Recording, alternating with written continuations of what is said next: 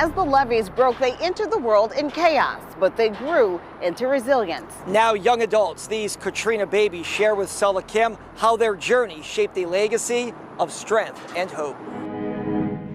My current girlfriend was born on August 29th of 2005. Like when I met her and I was like, oh yeah, I'm from New Orleans. She was like, oh my gosh, I'm a Katrina baby. I was born on Katrina. I was like, you're from Michigan. You're like, what are you talking? You're a Katrina baby. I'm the Katrina baby, you know? It's an identity forever etched in first impressions. Born during the chaos of rising floodwaters, Jack West was just 10 days old when Katrina made landfall. I mean, I imagine it was hard for me too.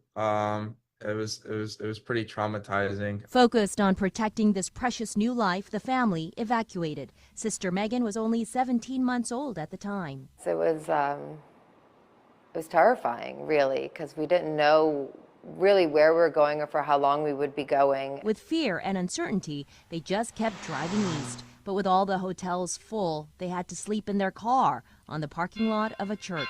You know, as an infant, he would cry and, you know, need soothing. But like, I was such an emotional wreck that I felt like I could never really calm him down. So he cried so much. Look at that cutie. Oh.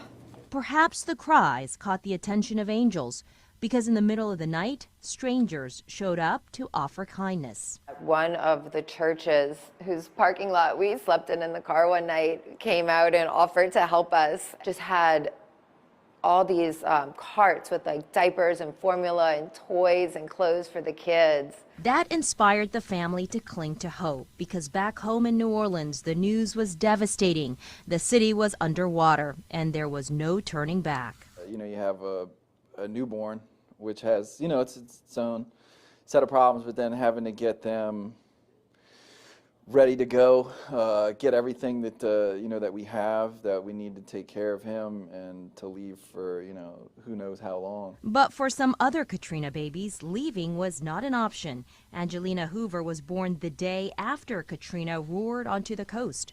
Mother Mary Jean was rushed to the hospital that was running on a generator. They didn't have running water. Barely any food or drinks, I would imagine, but very limited resources, very limited medicine. Thankfully, their West Bank home was not flooded and the family came home for mom and baby to recover, but the neighborhood was an eerie place of silence. Everybody left. It was a ghost town. It was very much a ghost town. Today, Angelina is a healthy and happy college student at Southeastern University studying new media and animation program. I'm glad to be here. I'm happy with where I am in college and stuff, and I'm glad that despite everything, it's still like I'm still able to like go see my friends and go to college. Jack's family ended up staying in Georgia for a few years and came back to the greater New Orleans area when he was in the first grade. Today, Jack is at Stanford University, double majoring in physics and electrical engineering. For Jack and Angelina, every day is a blessing. Yeah, sometimes, you know, if I'm giving my mom a hug, I'll be like, man, I can't believe you did that. So for that, I must say I'm very appreciative for my parents. Katrina babies, driven by the same force that helped them survive one of the worst disasters in history. They say it's the strength of the storm that makes them flourish. Sala Kim, WDSU News.